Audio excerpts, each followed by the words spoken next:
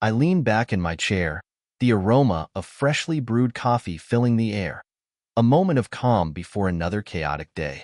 Across the table, Angela, my wife of 5 years, absently stirred her tea, her gaze fixed on the local newspaper. Beside her, Emily, her daughter from a previous marriage, was glued to her phone, her face a mask of teenage indifference. Mornings like these had become routine, predictable even, but the silence today felt heavier, a fragile calm masking a storm brewing beneath the surface. Angela's past, particularly her tumultuous divorce from her ex-husband Roy, lingered in our lives like a ghost. He was an abusive man, someone who had left deep scars on her, both seen and unseen. We met when Angela was just beginning to rebuild her life. Her laughter had been infectious, her smile a beacon of hope for someone like me, who had long given up on finding genuine connection. We married within a year, and Emily, then a weary 13-year-old, came as part of the package. I knew stepping into a fatherly role would be challenging, but I was determined to make it work. Yet despite my efforts, Emily kept her distance. She wasn't outright hostile, but there was an unspoken barrier between us. It was a relationship defined by polite detachment. I accepted it, not expecting to replace her father, but hoping to earn a modicum of trust. As I sipped my coffee, Angela's phone buzzed on the table. She picked it up quickly, a nervous flicker in her expression as she glanced at the screen. Over the past few months, I had noticed a growing distance between us. The warmth that once defined our relationship had been replaced by a cold, unspoken tension. I told myself it was stress. Angela had been taking on more responsibilities at work, and Emily was preparing for college. But deep down, I couldn't shake the feeling that there was something more, something she wasn't telling me. Angela's behaviors weren't merely the product of stress. They were deliberate choices that hinted at something hidden. The way she clutched her phone tighter whenever I entered the room, the private smile she directed at the glowing screen, and the increasing nights she claimed to be working late, it all added up to a puzzle I was reluctant to piece together. I attempted to dismiss the nagging thoughts, convincing myself that trust was the foundation of any strong relationship. But trust, I realized, wasn't blind faith. It was earned and nurtured. Angela's actions made it increasingly difficult to hold on to that faith. When I confronted her about the late nights, she brushed it off with plausible explanations, her tone measured, her expression unflinching. Yet the flicker of hesitation in her eyes betrayed her. "It's just work," she'd say, her voice laced with an exasperation that suggested I was paranoid for even asking. To distract myself, I threw myself into work and hobbies, but distractions only went so far. The weight of my suspicions became impossible to ignore, a constant ache in the back of my mind. Finally, I made the decision to hire a private investigator, a step that felt both drastic and necessary. I told myself it was about protecting my marriage, about clearing the air so we could move forward. But deep down, I knew I was preparing for the worst. A week after hiring the private investigator, I received a phone call that confirmed my worst fears. "Mr. Anderson, I think you'll want to see this," the investigator said, his voice calm but tinged with gravity. We met at a small cafe the next day. He handed me a thick envelope, the weight of it heavy in my hands. Inside were photos, receipts, and text message logs, evidence that left no room for denial. Angela had been meeting Roy, her ex-husband, for months. The man who had once broken her was now back in her life, a presence she had hidden from me. It felt like a cruel twist of fate, the kind you'd see in a tragic movie. Except this wasn't fiction. It was my life unraveling before my eyes. I didn't confront Angela immediately. Instead, I took my time to process what I'd learned, to decide on my next steps. Confrontation wasn't enough. If I was going to act, I wanted it to count. That evening, as we sat down for dinner, I couldn't help but scrutinize Angela's every move. She was unusually cheerful, her laughter a little too forced. Emily, oblivious to the storm brewing beneath the surface, was engrossed in her phone. "Angela," I said, setting my fork down with deliberate calm, "are you happy?" She looked at me, startled by the question. "Of course I am," she replied, her tongue light, but her eyes darting away. "Good," I said with a faint smile, "because I've been thinking about our future lately, about where we're heading. Angela's smile faltered for a fraction of a second before she regained her composure. That's sweet of you, she said, reaching for a glass of wine. The silence that followed was deafening. I could feel the weight of unspoken truths hanging in the air. I knew I had to play my cards carefully to set the stage for what was to come. Over the next few days, I began putting my plan into motion. I visited my lawyer, detailing the situation and laying the groundwork for a separation agreement. I also contacted my financial advisor to safeguard my assets, ensuring that Angela couldn't access the funds I had worked so hard to accumulate. Meanwhile, Angela continued to live her double life, blissfully unaware that I was piecing together the puzzle. Her trips to see Roy became more frequent, her excuses more flimsy. Each time she left, I documented the details, dates, times, locations, building an airtight case. One evening, as Angela was preparing to leave for what she claimed was a work meeting, she dropped her phone on the kitchen counter. For a moment, she seemed flustered, scrambling to pick it up. Her reaction was so telling, it felt almost theatrical. "Is everything okay?" I asked, my tone neutral. "Yes, just a little clumsy today," she replied, her laugh forced. I said nothing more, but the incident confirmed what I already knew. She was hiding something significant, and her guilt was beginning to show. Angela's demeanor grew more distant in the weeks that followed. She started leaving earlier in the mornings and returning home later at night. I didn't confront her directly, it wasn't time yet, but I made sure to observe everything carefully. Emily, meanwhile, was her usual aloof self. She'd recently started staying over at friends' houses more often, using school projects and group studies as excuses. I couldn't shake the suspicion that her increased absence was somehow connected to Angela's behavior. The investigator continued to provide me with updates. Photos of Angela and Roy meeting at hotels and restaurants filled my inbox, each image like a dagger to my chest. But I kept my emotions in check. There was a certain clarity that came with knowing the truth, no matter how painful it was. One evening, Emily and I were alone in the house. She was in the living room, headphones on, scrolling through her phone. I decided to test the waters to see if she knew more than she let on. "Emily," I said, settling into the armchair opposite her, "have you noticed anything different about your mom lately?" She looked up briefly, her expression neutral. "Like what?" "I don't know," I said casually. "She's been working a lot, coming home late. Just wondering if you picked up on anything." Emily hesitated for a moment, a flicker of something. Guilt, perhaps, crossing her face. "She's probably just busy," she replied, her tone guarded. Her response told me everything I needed to know.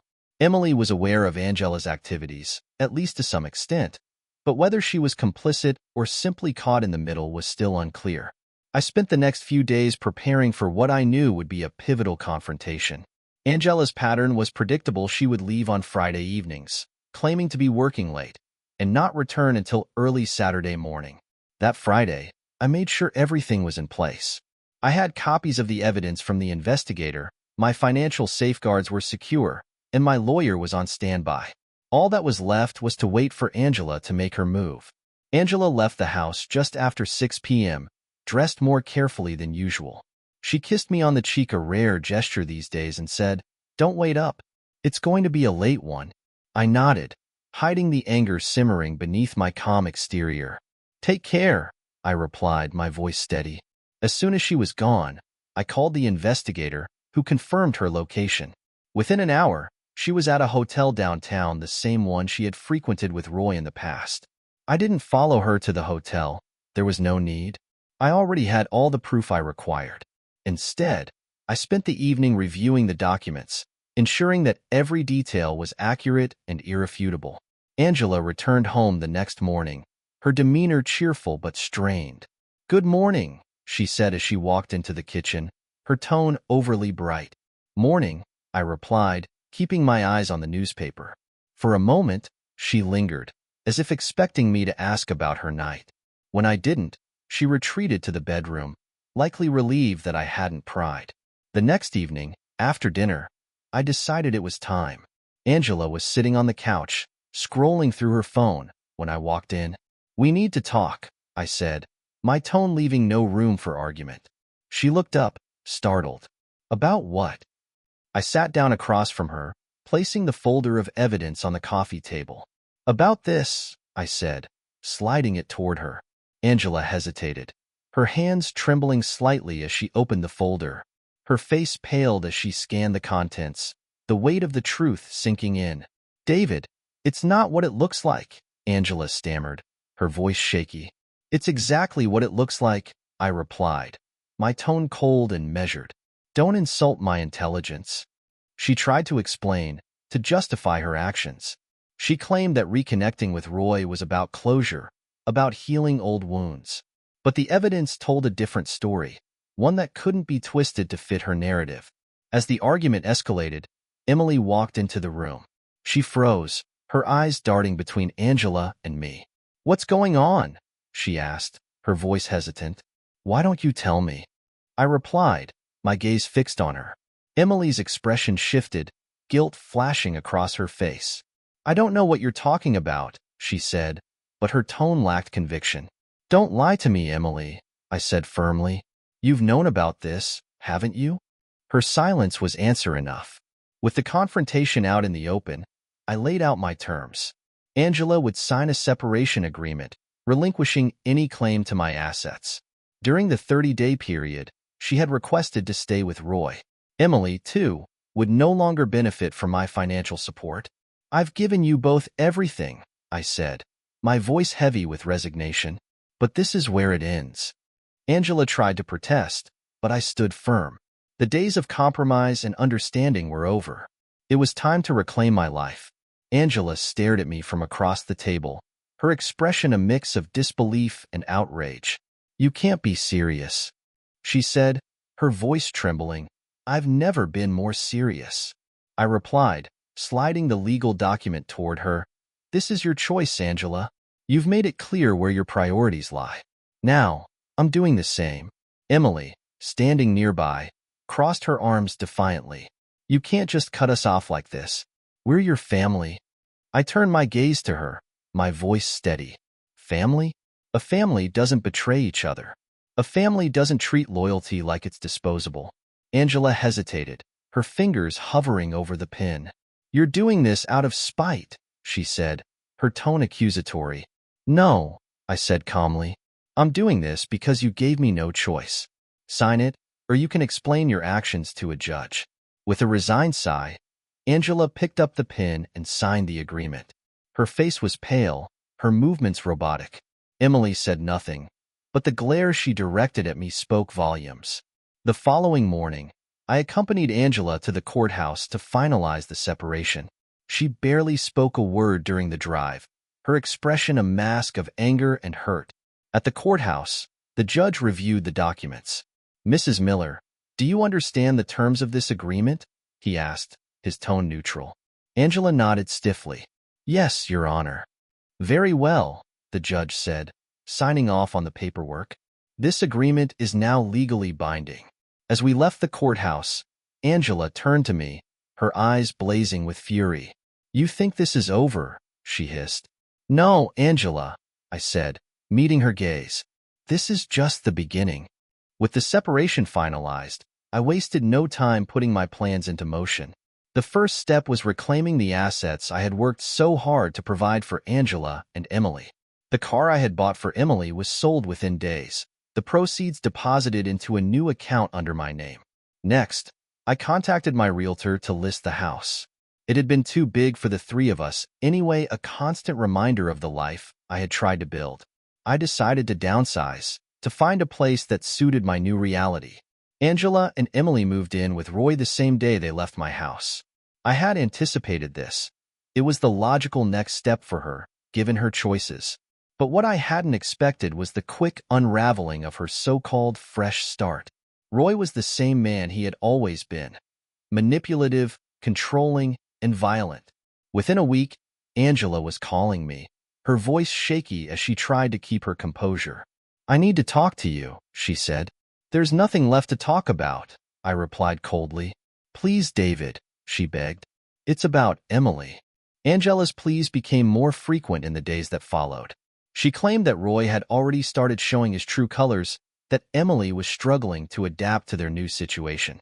"I made a mistake," Angela admitted during one particularly desperate call. "I thought things would be different." I didn't respond immediately, letting her words hang in the air. "You thought he'd change?" I finally said, my tone devoid of sympathy. "After everything he put you through before?" Angela fell silent, the weight of her decisions crashing down on her. "I don't know what to do," she whispered.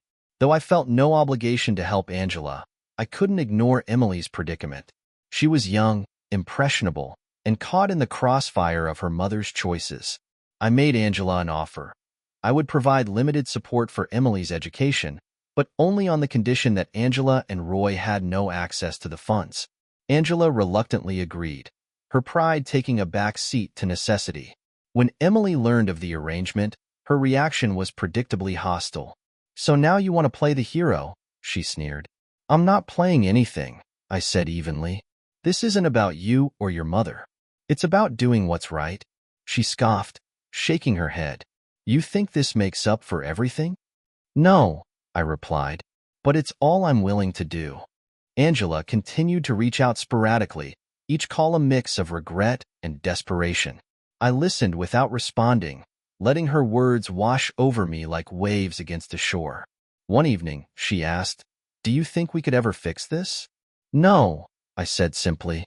"Some things can't be fixed." The finality of my words seemed to hit her hard, and she didn't call again after that. With Angela and Emily out of my life, I focused on rebuilding. I moved into a smaller house, started a new job, and even began traveling a long-held dream I had put on hold for too long. Thailand was my first destination, a place I had always wanted to explore. As I wandered the bustling streets of Bangkok, I felt a sense of freedom I hadn't experienced in years. Months later, I received an email from a mutual friend informing me that Angela and Roy's relationship had ended disastrously. Roy had been arrested for domestic violence, and Angela was left to pick up the pieces once again. I felt no satisfaction in hearing the news, only a quiet sense of closure. Surprisingly, Emily reached out to me shortly after the news broke.